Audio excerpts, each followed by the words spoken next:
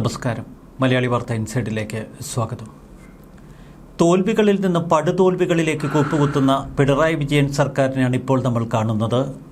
മുൻപൊക്കെ കേന്ദ്ര അന്വേഷണ ഏജൻസികൾ കേരളത്തിലേക്ക് കടന്നു വരുമ്പോൾ എല്ലാം നമ്മുടെ പിണറായി വിജയൻ സർക്കാർ നോക്കിക്കോളുമെന്നായിരുന്നു അണികളുടെ ഭാവം. എന്തിനേറെ കോടതികൾക്ക് മുന്നിലുള്ള കേസിൽ പോലും സർക്കാർ പൊരുതി നേടുമെന്ന ധാരണ പൊതുവെ സഖാക്കൾക്കുണ്ടായിരുന്നു. തുടർഭരണം പിണറായി വിജയന് ലഭിച്ചതോടെ സഖാക്കൾ അസ്വസ്ഥരായി. എല്ലാം പിണറായി വിജയനിലേക്ക് ഒതുങ്ങുന്ന കാഴ്ചയാണ് പിന്നീട് അവർ കണ്ടത്. എല്ലാറ്റിനുമൊടുവിൽ ശബരിമല സ്വർണ്ണക്കൊള്ള ആളിക്കത്തിയപ്പോൾ ഏറെ പരിഭ്രമിച്ചത് പാർട്ടിയുടെ സഖാക്കൾ തന്നെ. പൊതുവെ നിരീശ്വരവാദികൾ എന്നാണ് കമ്മ്യൂണിസ്റ്റുകൾ അറിയപ്പെടുന്നത്. എന്നാലും നേതാക്കളൊക്കെ തലയിൽ മുണ്ടിട്ട് അമ്പല ദർശനവും പ്രാർത്ഥനയുമൊക്കെ പതിവാണ്. ജ്യോത്സ്യന്മാരെ അവർ പതിവായി കാണും. പിണറായി വിജയൻ സഖാവിൻ്റെ ജ്യോത്സ്യപ്രേമമൊക്കെ കേരളത്തിലേറെ പ്രസിദ്ധമാണ്.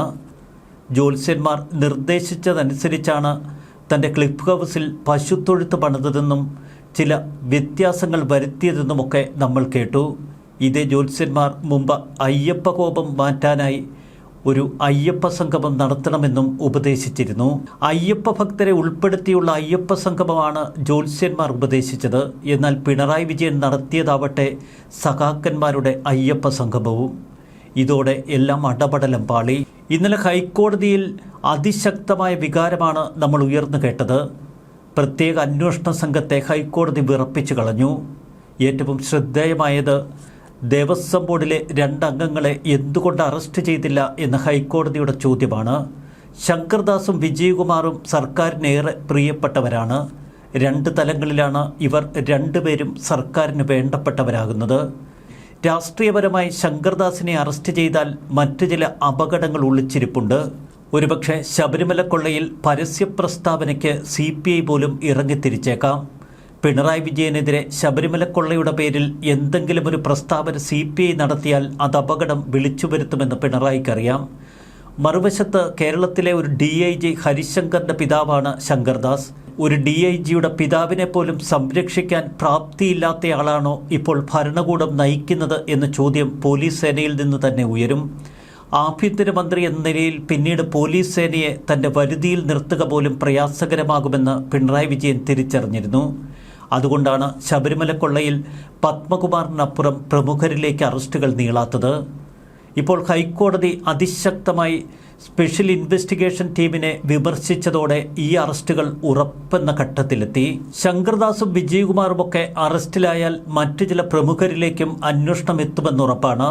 കാരണം ദേവസ്വം ബോർഡ് തീരുമാനത്തിന് പിന്നിലുള്ള യഥാർത്ഥ വസ്തുതകൾ ഇവർ വെളിപ്പെടുത്തും. അന്നത്തെ ദേവസ്വം മന്ത്രി കടകംപള്ളി സുരേന്ദ്രൻ്റെ ഓഫീസിൽ നിന്നാണ് ഇത്തരമൊരു നിർദ്ദേശം ഉയർന്നത് എന്ന് പത്മകുമാർ നേരത്തെ ഒരു മൊഴി നൽകിയിരുന്നു. ഈ മൊഴി സ്ഥിരീകരിക്കുക മാത്രമായിരിക്കും ഇനി ദേവസ്വം ബോർഡ് അംഗങ്ങൾ ചെയ്യുക. ഇതോടെ അന്വേഷണം നേരെ കടകംപള്ളിയിലേക്ക് തിരിയും. അങ്ങനെയെങ്കിൽ എല്ലാം അടപടലം പാളും. കഴിഞ്ഞ കുറേ ദിവസങ്ങളായി പരാജയത്തിൻ്റെ രുചിയറിഞ്ഞ് വല്ലാത്ത അവസ്ഥയിലാണ് പിണറായി. പാർട്ടി സംസ്ഥാന സെക്രട്ടേറിയറ്റ് ചേർന്നപ്പോൾ പിണറായി വിജയനെ എടുത്തൊടുത്തു എന്ന മാധ്യമ വാർത്തകളാണ് നമ്മൾ കേട്ടത്. എന്നാൽ പാർട്ടിയുടെ സംസ്ഥാന സെക്രട്ടേറിയറ്റ് അത്രയൊന്നും പിണറായി വിജയനെ വിമർശിച്ചില്ല എന്നൊരു തിരുത്ത് പിന്നീട് CPM നൽകി. ഗവർണർക്ക് മുന്നിൽ ചെന്ന് മുട്ടിടിച്ചു നിന്ന പിണറായി വിജയനെ പാർട്ടി തന്നെ വിമർശിച്ചു എന്ന് പറഞ്ഞപ്പോൾ കേരളത്തിലെ ജനങ്ങളൊക്കെ അത് പെട്ടെന്ന് വിശ്വസിച്ചു. കാരണം അതിനുള്ള സാഹചര്യമാണ് മുന്നിലുള്ളത്. കഴിഞ്ഞ കുറേ കാലമായി പാർട്ടിയിൽ ചോദ്യം ചെയ്യാനാവാത്ത ഒരു രാജാവിൻ്റെ റോളിലായിരുന്നു പിണറായി വിജയൻ. പാർട്ടിയും സർക്കാരുമൊക്കെ ഒരൊറ്റ വ്യക്തിയിലേക്ക് ചുരുങ്ങിയ കാലഘട്ടം. അതുകൊണ്ട് തന്നെ പിണറായി വിജയനിൽ നിന്ന് പാർട്ടിയെ മോചിപ്പിക്കാനുള്ള നീക്കങ്ങളാണ് ഒരു വിഭാഗം നടത്തുന്നത്. അങ്ങനെ പാർട്ടിയെ ഒന്ന് രക്ഷപ്പെടുത്തണമെങ്കിൽ വരുന്ന നിയമസഭാ തെരഞ്ഞെടുപ്പിൽ LDFനെ തോൽപ്പിക്കുക മാത്രമാണ് പോംവഴിയെന്ന് പാർട്ടിയുടെ തന്നെ സഖാക്കൾ അടക്കം പറയുന്നു. അടുത്ത തവണയും LDF അധികാരത്തിലെത്തിയാൽ പിണറായി വിജയൻ തന്നെയാവും മുഖ്യമന്ത്രി. 3ാം വട്ടം ഭരണത്തിനിറങ്ങിയാൽ ബംഗാളിന് സമാനമാവും കേരളത്തിലെ CPMൻ്റെ അവസ്ഥ. ശബരിമല കൊള്ള പോലൊരു വിഷയം ആളിക്കത്തി നിൽക്കുന്ന കാലഘട്ടത്തിൽ 3ാം ഭരണം പിണറായി വിജയനെ വീണ്ടും മത്തുപിടിപ്പിക്കും. അതുകൊണ്ട് തൽക്കാലം LDF തോൽക്കട്ടെ എന്ന് CPM-നുള്ളിലുള്ളവർ പോലും കരുതുന്നു. കുറേ കാലമായി പിണറായി വിജയനെതിരെ ഉയരുന്ന ചില വിമർശനങ്ങളുണ്ട്. വേണ്ടത്ര ആലോചനകളൊന്നുമില്ലാതെ സ്വന്തം ഇഷ്ടപ്രകാരം ആരെങ്കിലുമൊക്കെ പറയുന്നത് കേട്ട് കടുത്ത തീരുമാനങ്ങളെടുക്കും. പ്രതിഷേധങ്ങൾ ഉയർന്നു വരുമ്പോൾ ന്യായീകരണവാദവുമായി കളത്തിലിറങ്ങും. ഒടുവിൽ തിരിച്ചടി എന്ന് തിരിച്ചറിയുമ്പോൾ സംഗതി പിൻവലിച്ചുകൊണ്ട് ഒരു ഓട്ടമാണ്. വല്ലാത്ത അവസ്ഥയാണ് ഈ ഏകാധിപതിക്ക് ഇപ്പോൾ സംഭവിച്ചിരിക്കുന്നത്. ഒടുവിൽ വിവാദ വിഷയം പിൻവലിച്ചോടുമ്പോൾ കേടുപാടുകൾ പൂർണ്ണമായി ബാധിച്ചിരിക്കും ഈ സർക്കാരിനെ. അങ്ങനെയെല്ലാം ദ്രവിച്ച് വീഴാറായി നിൽക്കുന്ന ഒരു ഭരണകൂടമാണ് നമ്മുടെ മുന്നിലുള്ളത്. ഒന്നും രണ്ടും പിണറായി വിജയൻ സർക്കാരിൻ്റെ കാലഘട്ടത്തിൽ എടുത്ത തീരുമാനങ്ങളും പിന്നീട് അവ പിൻവലിച്ചോടലുമൊക്കെ ഇപ്പോൾ സമൂഹ മാധ്യമങ്ങളിൽ വലിയ ട്രോളാണ്. എല്ലാറ്റിനുമൊടുവിൽ ശബരിമല കൊള്ളയെക്കുറിച്ചുള്ള ഒരു പാരടിപ്പാട്ട്. ആ പാരടിപ്പാട്ടിനെ എടുത്ത് അറബിക്കടലിലെറിയാം എന്ന മോഹത്തിൽ ഇറങ്ങിപ്പുറപ്പെട്ടു CPM-ലെ ചില നേതാക്കളും മുഖ്യമന്ത്രിയുടെ ഓഫീസും.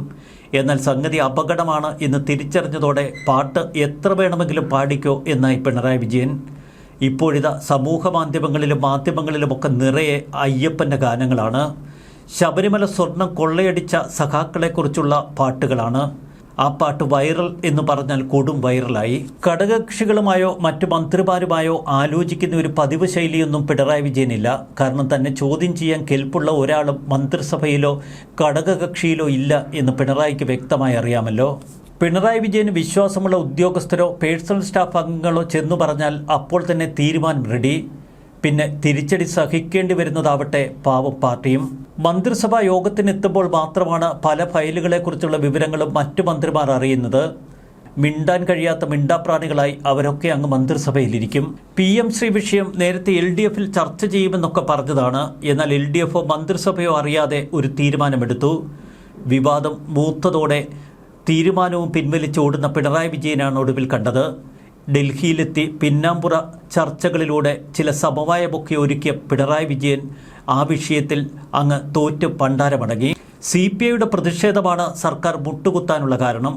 എന്നാൽ ഈ പ്രതിഷേധവും തുടർന്നുള്ള പിൻവാങ്ങലുമൊക്കെ ജനങ്ങളിൽ കൃത്യമായ ഒരു സന്ദേശമെത്തിച്ചു. BJP-യുമായി പിണറായി വിജയന് ചില നീക്കുപോക്കുകളുണ്ട്. അതാണ് വടക്കൻ മലബാറിലെ ഇക്കുറി തദ്ദേശഭരണ തെരഞ്ഞെടുപ്പിൽ വീശിയടിച്ച കൊടുങ്കാറ്റിന് പിന്നിലുള്ള കാരണം. ഡിജിറ്റൽ സാങ്കേതിക സർവകലാശാലകളിലെ VC നിയമനക്കാര്യത്തിൽ ഗവർണറോട് വഴങ്ങില്ല എന്ന നിലപാടെടുത്തിരുന്നു നേരത്തെ പിണറായി വിജയൻ. അതിശക്തമായ പോരാട്ടത്തിനാണ് പിണറായി വിജയൻ ഇറങ്ങിത്തിരിച്ചത്. ഒടുവിൽ ഗവർണറുടെ അപ്രീതി മാത്രമല്ല ആകെ പടുവെട്ടിലാവുകയും ചെയ്തിരുന്നു സംസ്ഥാന സർക്കാർ. സുപ്രീം കോടതിയിലേക്ക് ഓടിച്ചെന്ന കേസുമായി. സുപ്രീം കോടതിയിൽ നിന്ന് അനുകൂല വിധിയൊക്കെ ലഭിക്കുമെന്ന പ്രതീക്ഷ നിൽക്കുമ്പോഴാണ് പിൻവാതിലിലൂടെ രാജ്ഭവനിൽ ഓടിക്കയറി ഗവർണറുമായി ഒരു സമവായത്തിലെത്തിയത്. സമവായമൊന്നുമല്ല, ഗവർണറുടെ മുന്നിൽ മുട്ടുകുത്തി എല്ലാം അങ്ങ് സമ്മതിച്ചു. ഡിജിറ്റൽ സർവകലാശാല സാക്ഷാൽ ഡോക്ടർ സിസ തോമസിന് നൽകുകയും ചെയ്തു. ഇതിനെയാണ് CPM സംസ്ഥാന സെക്രട്ടേറിയറ്റ് എടുത്തുടുത്തത്. മുന്നണിയിലോ മന്ത്രിസഭയിലോ ഒന്നും ചർച്ച ചെയ്യാതെ 3 ബിയർ ഉൽപാദന കമ്പനികളും ഒരു മദ്യനിർമ്മാണശാലയും അനുവദിച്ചത് പിണറായി വിജയന്റെ നേരിട്ടുള്ള ഇടപെടലാണ് എന്ന വിമർശനം. സംഗതി അഴിമതിയാണ് എന്ന ആരോപണം പ്രതിപക്ഷം ഉയർത്തിയപ്പോൾ തന്നെ ഇതെല്ലാം പിൻവലിച്ചുകൊണ്ട് പിണറായി വിജയൻ കടന്നുകളഞ്ഞു. സമൂഹ മാധ്യമങ്ങളിലെ വിമർശനങ്ങൾ അവസാനിപ്പിക്കാൻ കൊണ്ടുവന്ന ഒരു പോലീസ് നിയമ ഭേദഗതി, ഇത് വ്യാപക പ്രതിഷേധത്തിനിടവരുത്തിയതോടെ പിണറായി വിജയൻ ആ ബില്ലങ്ങ് വേണ്ടെന്ന് വെച്ചു. വനം നിയമ ഭേദഗതി, ജനറൽ ന്യൂട്രൽ യൂണിഫോം തുടങ്ങിയ ബില്ലുകളൊക്കെ ആദ്യം അവതരിപ്പിച്ചു. എതിർപ്പുകൾ ഉയർന്നതോടെ പിന്നീട് പിൻവലിച്ചോടി. എല്ലാറ്റിനുമുപരി സിൽവർ ലൈൻ കല്ലിടലാണ് സൂപ്പർ ഹിറ്റായത്. സംസ്ഥാനമെങ്ങും വമ്പൻ പ്രതിഷേധങ്ങൾ. എത്ര പ്രതിഷേധം ഉയർന്നു കൊടുക്കാറ്റ് പോലെ വന്നാലും കുലുങ്ങില്ല എന്നൊക്കെയാണ് മുഖ്യമന്ത്രി ആദ്യം പ്രസ്താവന ഇറക്കിയത്. ഒടുവിൽ കല്ലും വരിച്ചുകൊണ്ട് പിണറായി വിജയന്റെ ഒരു ഓട്ടം കണ്ടാൽ ആരും സഹിക്കില്ല. കോവിഡ് കാലത്താണ് വിവര വിശകലനത്തിന് എന്ന പേരിൽ ഒരു കരാർ കൊണ്ടുവരുന്നത്. സ്പ്രിംഗ്ലർ ഇടപാട്. അന്ന് രമേശ് ചെന്നിത്തല എടുത്തുടുത്തതോടെ കരാറും പിൻവലിച്ച് പിണറായി വിജയൻ കടന്നുകളഞ്ഞു. അങ്ങനെ ആദ്യം ഒരു തീരുമാനമെടുക്കൽ, പ്രതിഷേധം വരുമ്പോൾ നെഞ്ചുവിരിച്ച് നിൽക്കൽ, ഒടുവിൽ പ്രതിഷേധം കനക്കുമ്പോൾ സംഗതി പിൻവലിച്ചോടൽ. അത് പിണറായി വിജയന്റെ ഒരു സ്ഥിരം ശൈലിയായി മാറി. എന്നാൽ ശബരിമല കൊള്ളയിൽ ഇതിനൊന്നും നിർവാഹമില്ല ഇപ്പോൾ പിണറായി വിജയന്. അടപടലം പെട്ടിരിക്കുന്നു. ഹൈക്കോടതി ശക്തമായി ഇടപെട്ടു ഒരു വശത്ത് നിൽക്കുന്നു, മറുവശത്ത് എൻഫോഴ്സ്മെന്റ് ഡയറക്ടറേറ്റ് അന്വേഷണത്തിനും ഇറങ്ങി നിൽക്കുന്നു. അതുകൊണ്ട് തന്നെ ശങ്കർദാസിനെയും വിജയകുമാറിനെയും രക്ഷിക്കാൻ കഴിയാത്ത പിണറായി ഏറ്റവും ദുർബലനായി മാറുന്ന കാഴ്ചയാണ് കേരളത്തിന് മുന്നിൽ. ന്യൂസ് ഡെസ്ക് മലയാളി വാർത്ത ഇൻസൈറ്റ്.